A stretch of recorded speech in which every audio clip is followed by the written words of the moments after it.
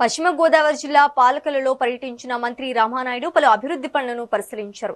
ఈ సందర్భంగా టిడ్కో గృహాలను గత ప్రభుత్వం నిర్వేదం చేస్తుందని విమర్శించారు. ఉగాది నాటికి కొన్ని ఇళ్లను పూర్తి చేసే విధంగా చర్యలు తీసుకుంటామన్నారు. మిగతా గృహాలను జూన్ నెల నాటికి పూర్తి చేసేలా చర్యలు తీసుకుంటామని, పనులు శరవేగంగా జరుగుతున్నాయని తెలిపారు.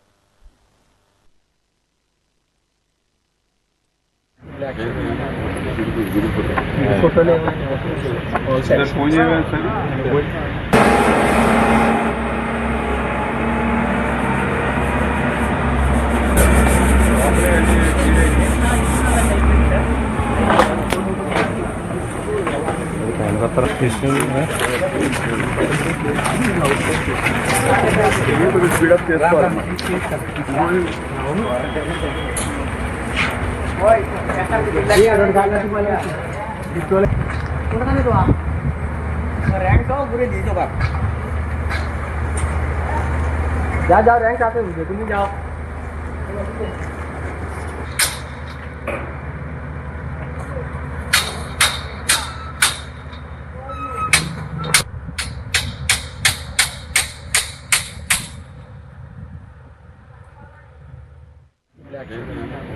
మహిళల సొంతింటి కళ నెరవేర్చాలని ఆ రోజు ఎన్టీఆర్ టిడ్కో ఇల్లు మనం ఆ రోజు కొన్ని బ్లాకులు 100%, కొన్ని బ్లాకులు 90%, కొన్ని బ్లాకులు 80%, కొన్ని బ్లాకులు 70%, అంటే 70 నుంచి 100% ఆ రోజు ఎన్టీఆర్ టిడ్కో ఇల్లును మనం పూర్తి చేస్తాం. ఆ రోజు క్వారంటైన్ కేంద్రాలుగా కూడా ఆ రోజు ఎన్టీఆర్ టిడ్కో ఇల్లును గత ప్రభుత్వం వాడినటువంటి పరిస్థితి. ఏదైతే రిమైనింగ్ బ్యాలెన్స్ 20-30% ఏదైతే ఉందో 5 సంవత్సరాల వాళ్ళ పరిపాలనలో ఒక అరబస్తా సిమెంట్ కానీ ఒక్క రూపాయి కానీ పెట్టి పనిచేయనటువంటి స్థితిలో మళ్ళీ ఈరోజు మనం ప్రభుత్వం మారిన తర్వాత, కూటమి ప్రభుత్వం అధికారంలోకి వచ్చిన తర్వాత చూస్తే ఆ ఇళ్లన్నీ కూడా చెదలు పట్టి పొదలు పెరిగిపోయి అసలు నివాస యోగ్యంగా లేనటువంటి స్థితిలో మరి 5 సంవత్సరాల పాలన పాపం ఒక శాపంగా మారినటువంటి పరిస్థితి.